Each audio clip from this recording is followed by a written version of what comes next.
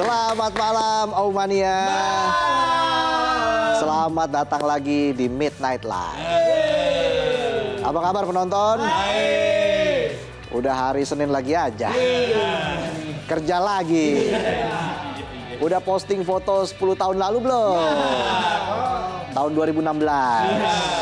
Ada trennya itu. Udah posting belum? Belum. Ada bedanya nggak? Posting dong, biar tahu bedanya. Sama aja. Apa yang sama, gajinya masih sama. Gak usah dipikirin. Bos lo aja nggak mikirin lo. Ya udah, langsung aja kita mulai. Inilah Midnight Live.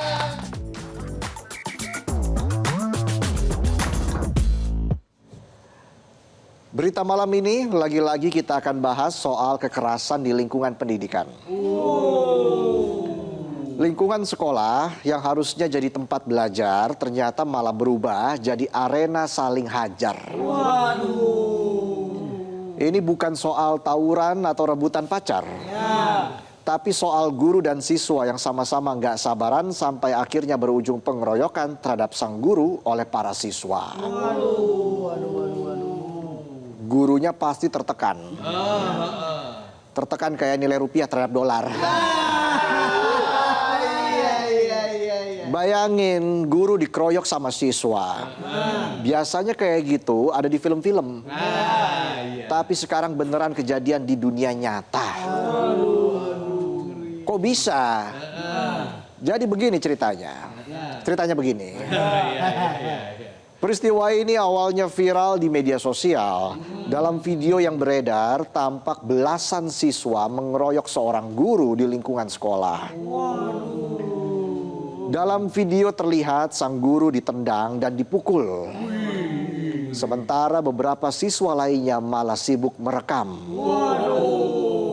Mungkin mereka penganut prinsip urusan keselamatan belakangan, yang penting konten, jangan sampai ketinggalan. Gak cuma itu, beredar juga video lain yang memperlihatkan sang guru yang dikeroyok mengacungkan senjata tajam ke arah siswa. Siswanya ngeroyok guru, gurunya ngacungin senjata tajam. Yang waras ya, yang waras. That simple. Diketahui peristiwa tersebut terjadi di SMK Negeri 3 Tanjung Jabung Timur, Jambi. Dan guru yang dikeroyok adalah Agus Saputra, seorang guru bahasa Inggris di sekolah tersebut. Pasca viral pengeroyokan terhadap dirinya, Agus pun angkat bicara. Dia cerita kalau keributan berawal ketika jam belajar masih berlangsung. Saat itu Agus yang sedang berjalan melintas di depan salah satu kelas mendengar ada siswa yang melontarkan kata-kata yang menurutnya tidak pantas dan dianggap melecehkan. Jangan ditiru ya penonton. Yang baik kalau ngomong.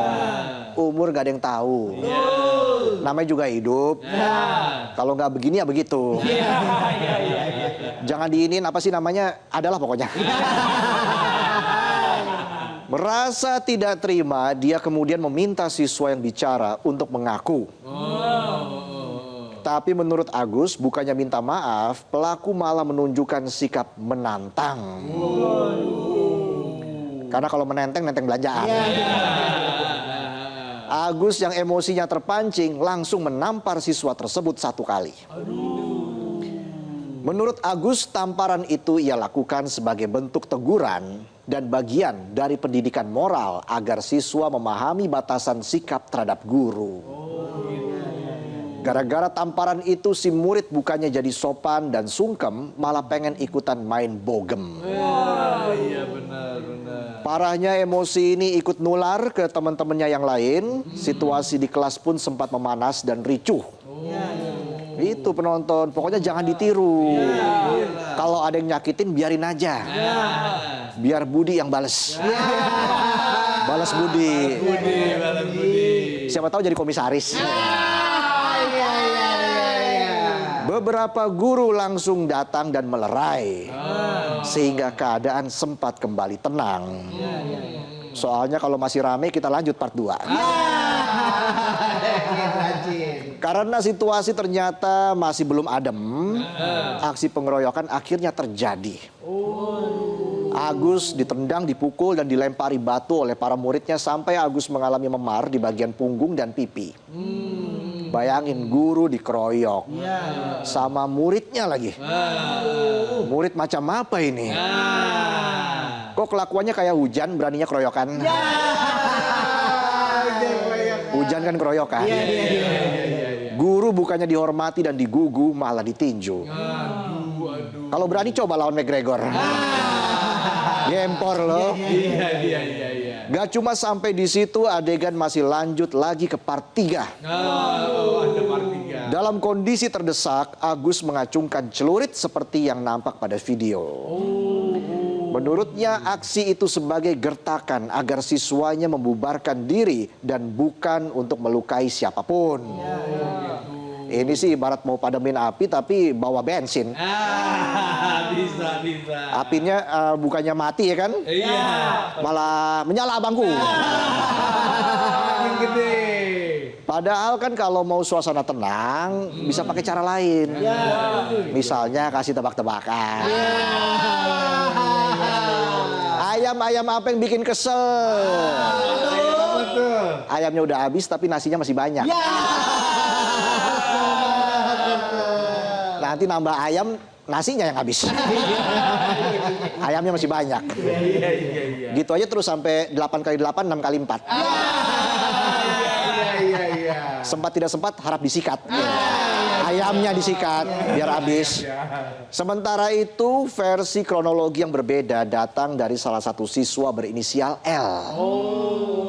Salah satu siswa berinisial L. Kalau satu L, kalau banyak L.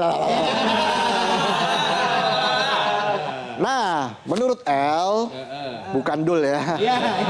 Menurut L, peristiwa terjadi saat jam pelajaran hampir selesai. Saat itu karena suasana kelasnya ribut, L berusaha menenangkan teman-temannya dengan berteriak. Gimana tuh?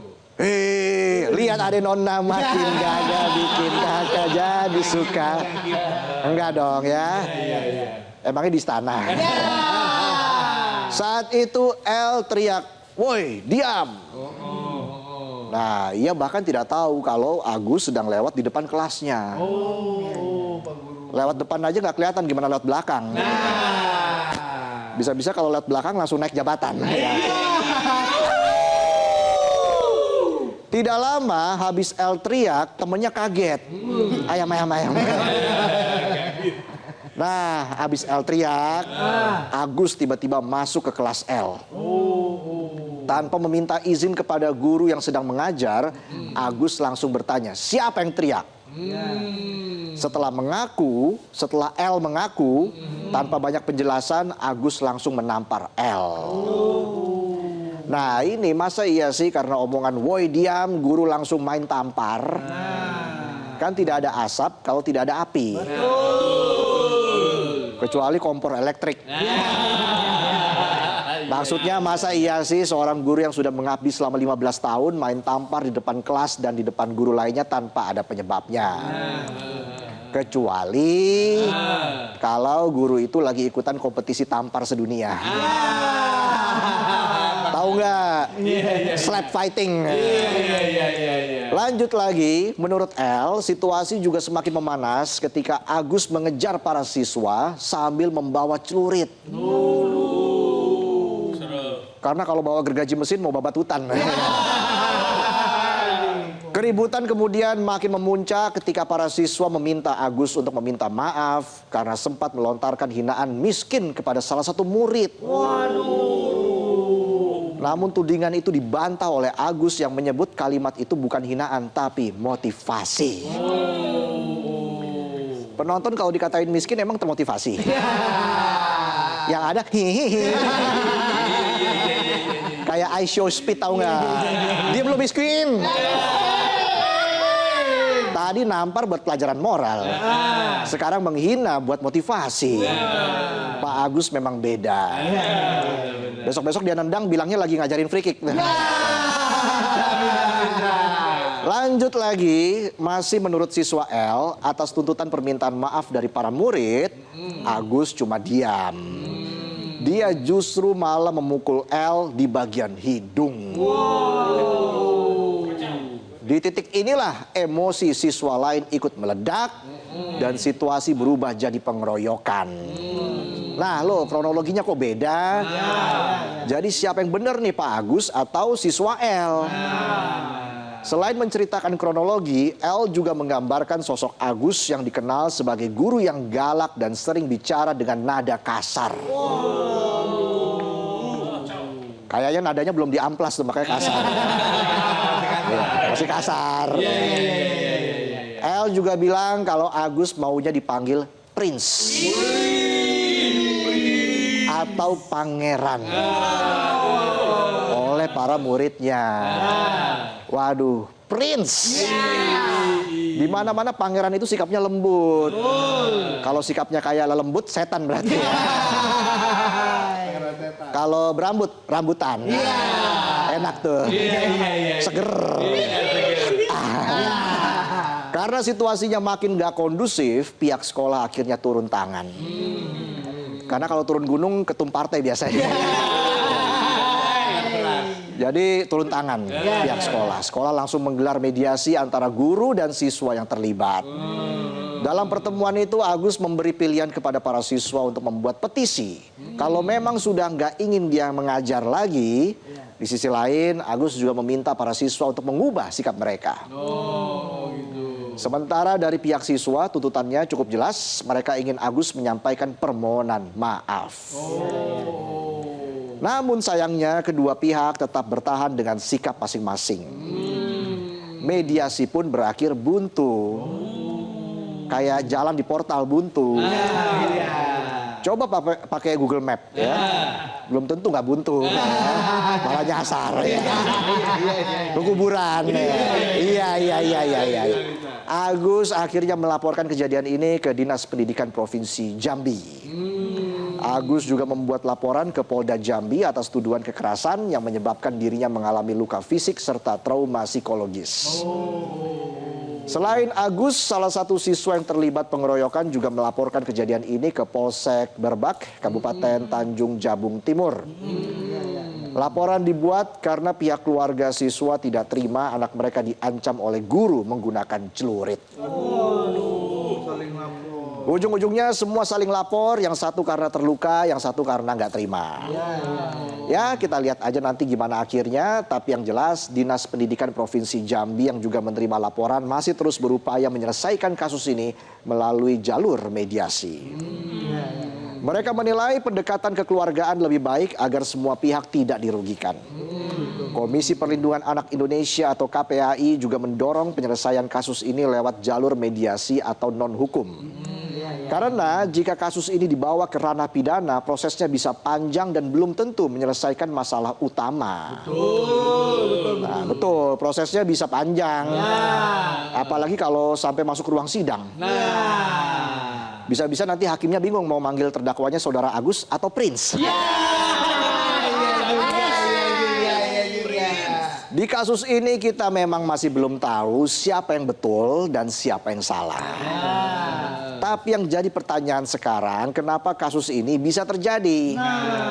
Apakah ini cuma soal siswa yang kebablasan atau justru tanda kalau ada yang nggak beres di lingkungan pendidikan? Yang jelas apapun penyebabnya, kejadian ini nggak bisa dianggap hal biasa. Kalau penonton biasa di luar.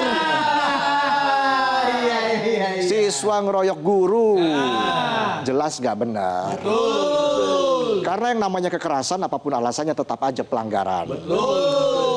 Makanya kalau kekerasan, volumenya dikecilin. Kekerasan. Kalau dikecilin, volumenya dikecilin. Tapi di sisi lain, kalau memang benar ada ucapan guru yang merendahkan orang tua murid, ditambah tamparan yang dilayangkan tanpa alasan yang jelas, maka itu juga merupakan pelanggaran. Iya, betul. Kalau pelonggaran itu aturan hukum di mana gitu ya. Kasus ini harus dijadikan alarm keras bahwa mungkin saja ada yang salah dalam sistem pendidikan di Indonesia. Mungkin apa mungkin? Mungkin apa mungkin? Mungkin. Kalau alarmnya kurang keras, bawa sonorek. Karena pendidikan itu bukan cuma soal nilai dan absensi, tapi soal cara berkelakuan penuh empati dan toleransi. Dan ketika guru dan murid terus-terusan saling berhadapan dengan kekerasan, jangan heran kalau pendidikan akan melahirkan generasi-generasi yang justru menjadi ancaman. Itulah tadi sajian pembuka kami di Midnight Live. Kami akan kembali dengan sejumlah informasi lainnya. Dan usai jeda kami juga punya MLN. Monday Light News. Kalau MNL, Monday News Light. Midnight Live dong ya. Jadi tetaplah di Midnight Live.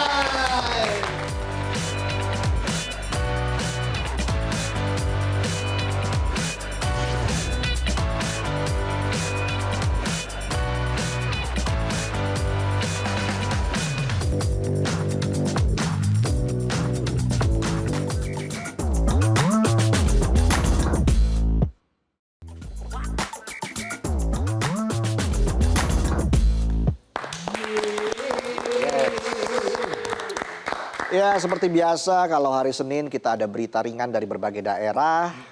Berita-berita tersebut kita rangkum dalam Monday Light News berikut ini.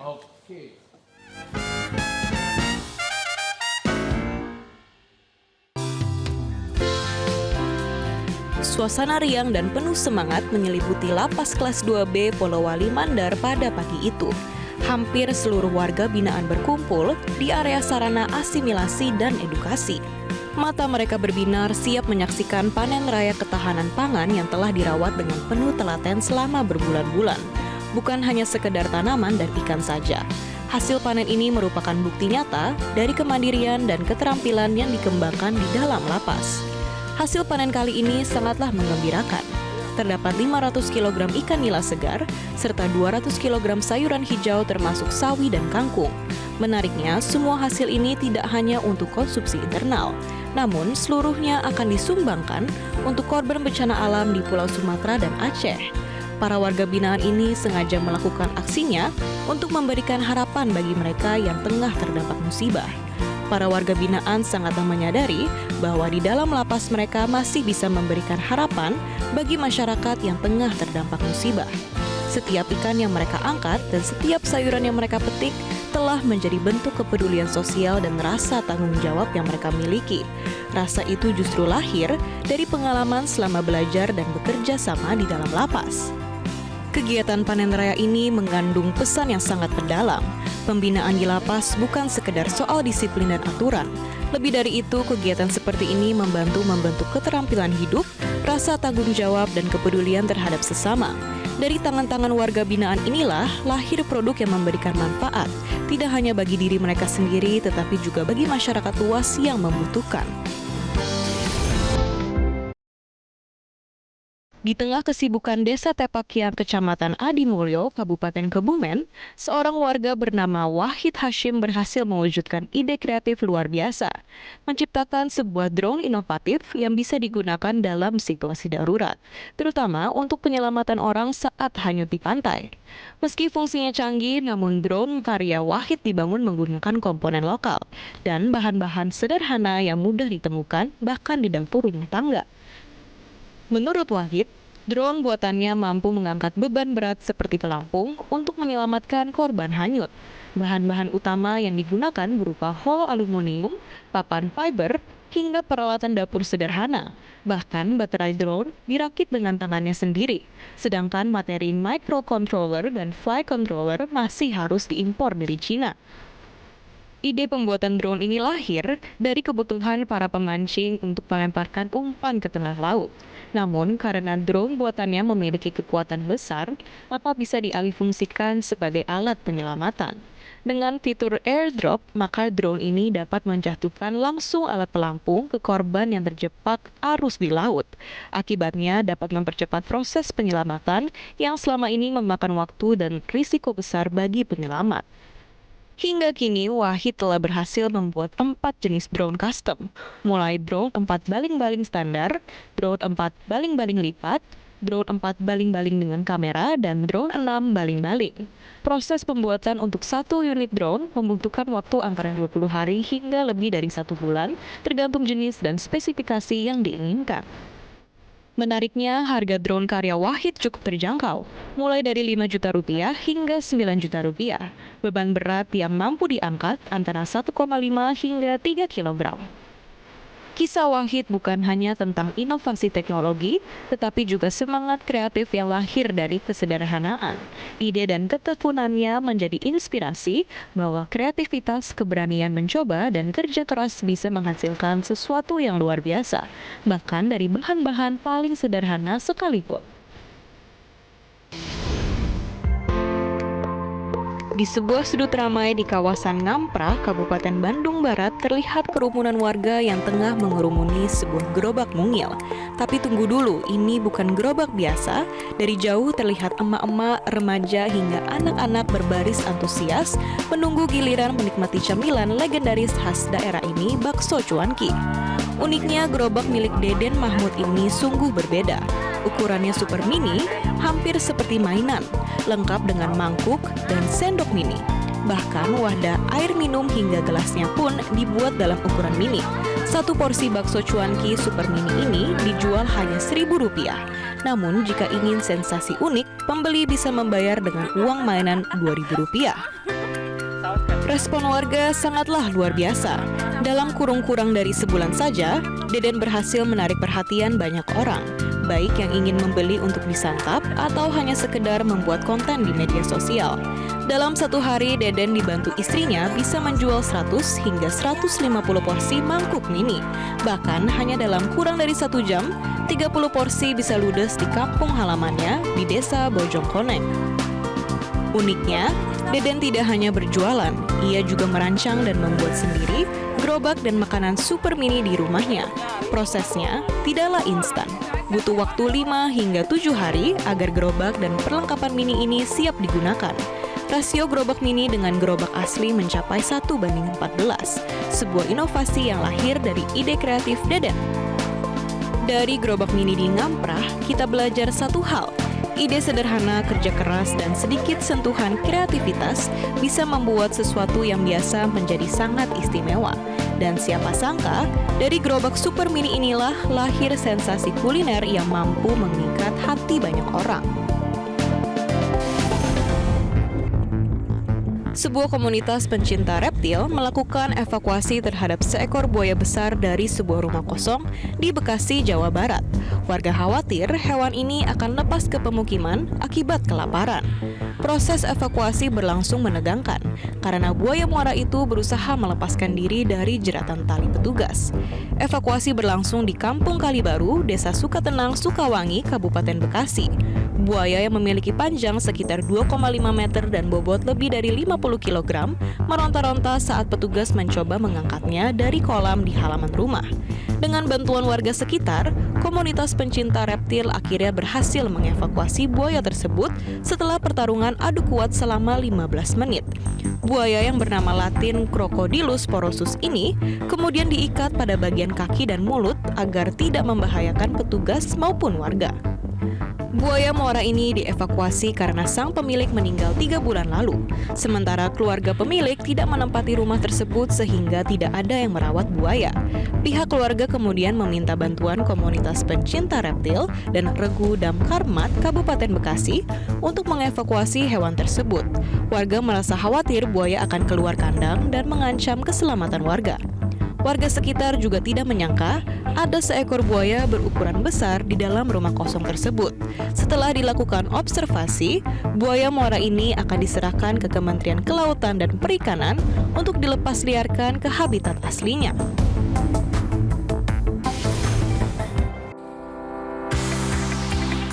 Suku Dinas Penanggulangan Kebakaran dan Penyelamatan Gul Karmat Jakarta Utara mendadak mendapat misi rahasia saat terjadinya banjir. Bukannya melakukan evakuasi terhadap penghuni rumah, namun harus menyelamatkan 18 ekor kucing dari salah seorang rumah warga yang kebanjiran.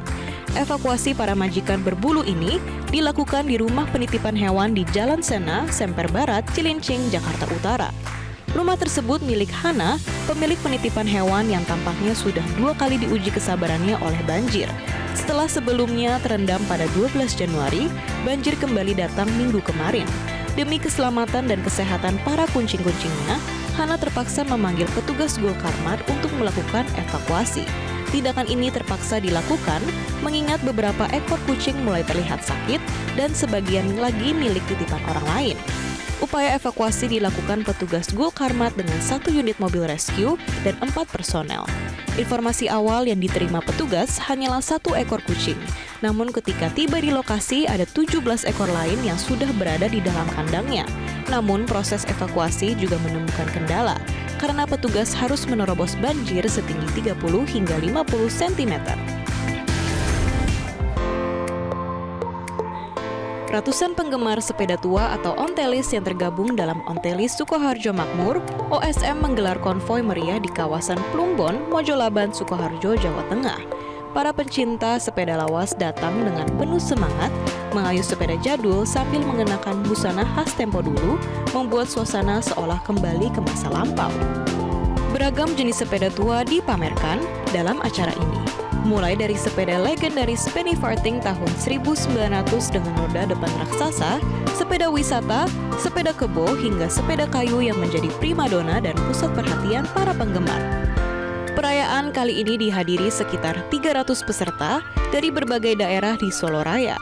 Dengan mengusung tema Guyup Rukun dan Berbudaya, konvoi kali ini mengandung makna Madra Karta Harsika, artinya pelan-pelan tapi pasti dengan menjunjung kebersamaan dan nilai budaya. Selain sebagai ajang silaturahmi, perayaan ini juga menjadi bagian dari persiapan menyambut International Veteran Cycle Association atau reuni akbar komunitas sepeda tua dari seluruh dunia. Event tersebut rencananya akan digelar Mei mendatang di kawasan Prambanan. Pulau Sumba menyimpan pesona Danau Laputi yang tersembunyi. Di danau berwarna biru toska ini, hidup apu satwa yang dikeramatkan warga setempat dan dianggap simbol leluhur. Secara historis, apu satwa merupakan makhluk berbentuk belut yang dianggap suci dan menjadi penjaga Danau Laputi. Nama apu yang disematkan pada belut tersebut memiliki arti khusus dalam bahasa masyarakat Kabupaten Sumba Timur, yaitu bermakna nenek, sebagai bentuk penghormatan tertinggi kepada leluhur.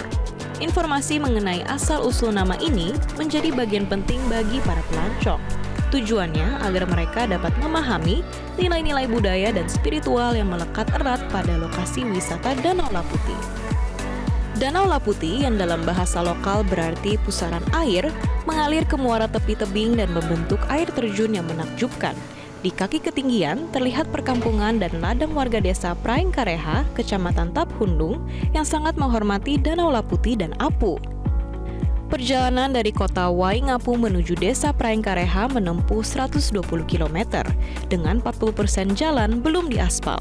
Setibanya di desa, pengunjung perlu meminta arahan dari tetua dan pemandu agar tidak bertindak sembarangan. Salah satunya panduan untuk berinteraksi dengan apu, misalkan saat memberi makan, menepuk air atau memanggil nama apu secara lembut, serta memahami larangan selama berada di hutan dan sekitar danau. Dalam kepercayaan masyarakat, apu tidak selalu muncul, hanya pengunjung yang beruntung bisa melihatnya. Satwa ini jinak dan menjadi simbol leluhur yang dihormati, sehingga tidak boleh ditangkap. Masyarakat berharap wisata Danau Laputi dikelola lebih baik tanpa mengabaikan nilai adat dan keselamatan bagi para pengunjung. Julian Johan Pirelli asal Indonesia akhirnya kembali membawa merah putih di ajang Rally Dakar 2026 yang digelar pada 3 hingga 17 Januari di Arab Saudi setelah Indonesia absen selama 14 tahun. Pria yang sering disapa JJ itu tiba di lokasi balapan dengan semangat tinggi bersama co-driver asal Prancis, Mathieu Monplaisy. Mereka membawa Toyota Land Cruiser 100 sebagai kendaraan andalannya. Kehadiran Julian Johan di Dakar menjadi momen bersejarah bagi komunitas motorsport tanah air karena Indonesia terakhir tampil di rally paling ekstrim dunia itu pada 2011. Rute yang dilalui sangat menantang, melintasi gurun pasir dan batu sepanjang ribuan kilometer yang menguji fisik dan strategi tim. Bendera merah putih pun kembali berkibar di lintasan rally paling keras di dunia ini, disambut hangat oleh penggemar otomotif Indonesia. Di etape awal, Julian Johan menunjukkan kemampuan beradaptasinya dengan baik meskipun medan yang dihadapi tidak mudah. Pada SS pertama, ia mampu menyelesaikan etape seratusan kilometer dengan catatan posisi yang cukup kompetitif di kelas Dakar Klasik. Tantangan demi tantangan seperti pasir lembut, bebatuan, dan panasnya gurun membuat setiap perjalanan jadi ujian tersendiri bagi JJ dan mobilnya. Meski sempat menghadapi kendala seperti slip kopling di salah satu stage, Julian tetap gigih melanjutkan hingga garis finish setiap hari. Semangatnya dalam menjaga kondisi kendaraan serta fokus pada strategi membuat banyak penonton Indonesia bangga akan perjuangannya. Perjalanan Julian Johan di rally ini bukan hanya soal berlomba cepat, tetapi lebih pada ketahanan dan konsistensi. Setelah melewati tahap demi tahap yang panjang dan melelahkan, hasil akhir menunjukkan prestasi yang membanggakan. Julian berhasil finish di posisi kelima kategori Dakar Klasik, sebuah pencapaian yang jauh melampaui ekspektasi awalnya yang hanya ingin menyelesaikan balapan. Hasil ini pun langsung membuat namanya harum di kancah balap dunia, sekaligus memberi cerita inspiratif bagi pembalap lain di Indonesia. Peringkat ini menunjukkan bahwa kerja keras, persiapan matang, dan ketekunan dalam menghadapi medan ekstrim mampu berbuah hasil manis. Di balik cerita perjuangannya, Julian Johan berbagi bahwa pengalaman ini bukan sekedar kompetisi, tetapi juga perjalanan mimpi yang sudah lama ia kejar. Ia menyatakan bahwa Dakar adalah ajang yang menguji keberanian dan kemampuan teknis dalam kondisi paling keras di dunia motorsport. JJ pun berharap pencapaian ini bisa membuka jalan bagi generasi pembalap Indonesia lainnya untuk ikut serta di ajang internasional. Kembalinya pereli Indonesia di Rally Dakar ini diharapkan menginspirasi lebih banyak talenta lokal menjajal dunia rally yang menantang. Tak hanya berprestasi, kisah Julian Johan menunjukkan bahwa dengan keberanian dan semangat pantang menyerah, mimpi besar bisa diraih meski medannya penuh tantangan.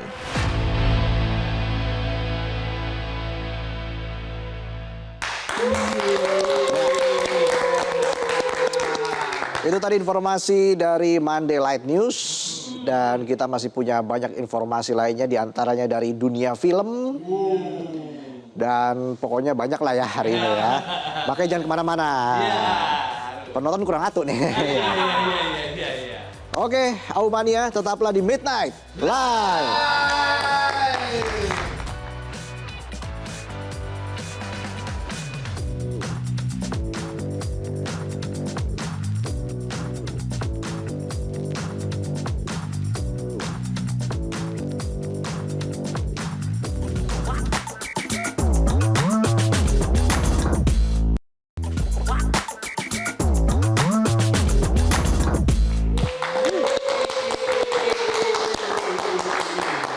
Kembali lagi di Midnight Live. Beragam peristiwa menarik dari berbagai belahan dunia kembali mewarnai pemberitaan internasional. Mulai dari tradisi budaya, festival unik, hingga inovasi industri lokal, semuanya menunjukkan kekayaan cerita global yang terus hidup dan berkembang. Penasaran seperti apa informasinya? Saya enggak. Penasaran juga dong. Iya, makanya kita lihat informasinya berikut ini. Puluhan monyet salju Jepang terlihat menikmati pemandian air panas di Jigokudani Monkey Park, Yamanouchi saat musim dingin, menarik perhatian wisatawan yang menyaksikan langsung tingkah laku unik para makak berendam di tengah salju. Dengan latar tebing pegunungan berselimut putih, para monyet tampak rileks sambil membersihkan diri. Sementara pengunjung mengabadikan momen langka tersebut. Wisatawan menyebut pemandangan monyet dan salju sebagai kombinasi yang tak biasa namun menakjubkan. Staf taman menegaskan bahwa Jigokudani merupakan satu-satunya tempat di Jepang di mana para monyet liar dapat diamati berendam di pemandian air panas secara bebas. Dibuka sejak 1964, taman ini terus menjadi daya tarik bagi turis, peneliti, dan fotografer dari berbagai negara. Festival hewan peliharaan terbesar di India, Pet Fest, kembali digelar di Bengaluru dan menarik ribuan pecinta hewan bersama peliharaan mereka. Acara ini menghadirkan berbagai kegiatan mulai dari kompetisi, peragaan busana hewan, hingga pertunjukan anjing keamanan. Pengunjung juga dapat mengikuti kelas edukasi dan menjelajahi lebih dari 100 stand yang menawarkan produk serta layanan hewan peliharaan. Penyelenggara menyebut festival ini bertujuan mendorong kepemilikan hewan yang bertanggung jawab. Memasuki edisi ke-11, Pet Fest menjadi ajang tahunan lintas kota yang akan ditutup di Mumbai pada Maret mendatang. Warga Puebla, Meksiko berkumpul di luar gereja bersama hewan peliharaan mereka untuk mengikuti tradisi tahunan pemberkatan hewan dalam rangka Hari Santo Antonius. Anjing, kucing, hingga kelinci dibawa oleh pemiliknya untuk menerima percikan air suci dari pastor. Tradisi ini menghormati Santo Antonius yang dikenal sebagai santo pelindung hewan dalam ajaran Kristen. Para peserta menyebut hewan peliharaan sebagai bagian dari keluarga yang patut dirawat dan dihormati. Perayaan ini rutin digelar di berbagai negara Katolik sebagai simbol kasih sayang terhadap sesama makhluk hidup. Festival tradisional Jallikattu kembali digelar di negara bagian Tamil Nadu, India, dan menarik perhatian warga lokal serta wisatawan pencari adrenalin. Rekaman memperlihatkan para peserta berjuang menjinakkan banteng yang berlari kencang dengan mencengkeram punuknya. Meski banyak peserta mengalami cedera, pengunjung mengaku menikmati ketegangan dan keseruan acara tersebut. Banteng-banteng dihias dengan cat warna-warni, manik-manik, dan bunga sebagai bagian dari perayaan budaya.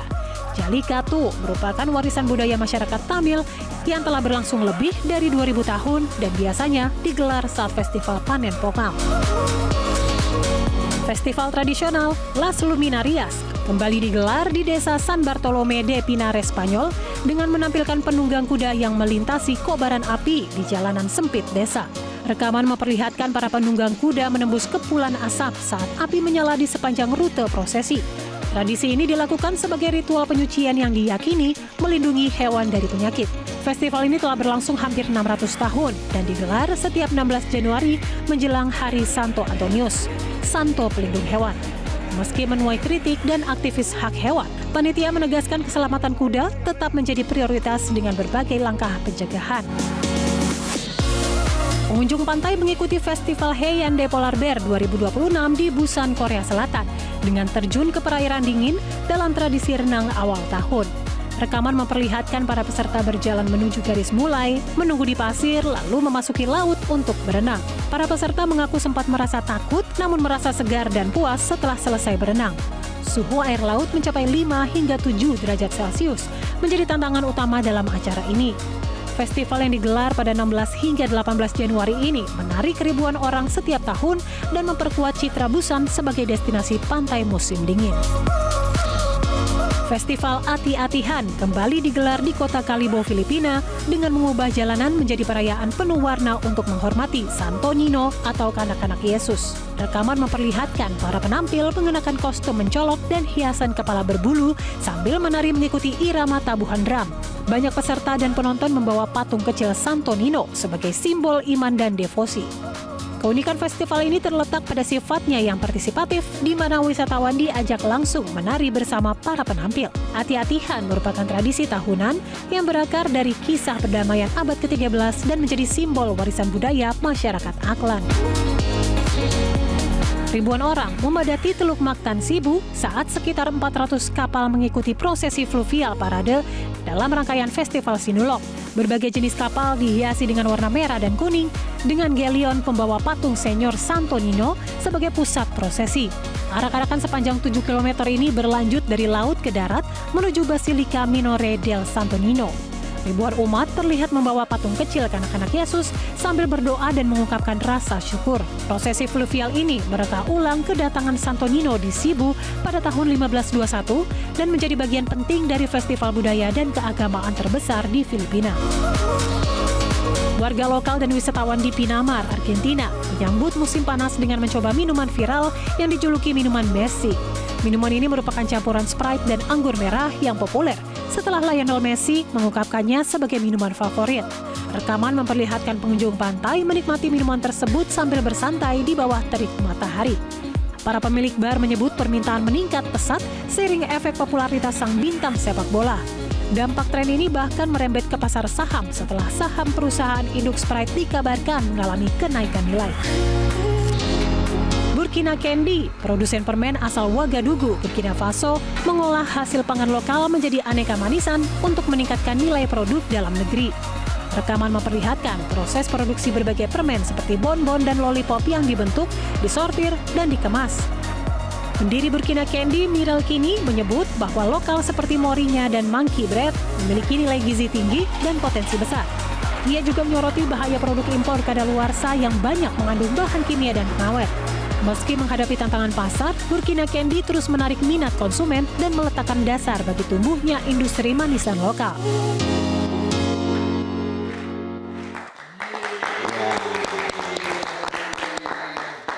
Tadi monyet mandi aja diberitain kan? Iya, mandi salju. Iya. Penonton pernah mandi salju. Mandi kerjaan kan? Oke, kita ke informasi selanjutnya. Sekelompok mahasiswa di Belanda menghadirkan terobosan unik di dunia kendaraan listrik dengan mobil modular yang mudah diperbaiki oleh pemiliknya sendiri. Melalui proyek bernama Arya, mereka ingin memangkas biaya servis sekaligus memberi kendali penuh kepada pengguna atas mobil listrik mereka. Dan berikut informasinya. Dan diganti oleh pemilik kendaraan. Bumper dan fender menggunakan sistem pin khusus yang bisa diputar dan dilepas hanya dalam hitungan menit. Oke, kita jeda dulu. Tapi kami masih punya informasi dari dunia film. Jadi tunggu saja. Ya, tunggu saja berapa menit. Nanti saya bacain beritanya soal film. Antusias kan penonton? Iya. Soal film loh ini, pernah ke bioskop nggak sih? Pernah dong pastinya. Oke, kita jeda dulu. Kami akan kembali saat lagi, tetaplah di Midnight Live.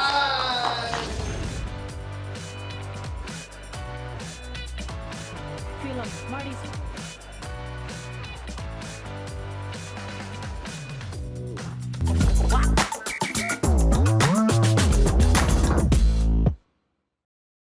Jelajahi cara baru mendapatkan informasi. Download Metro TV Extend sekarang.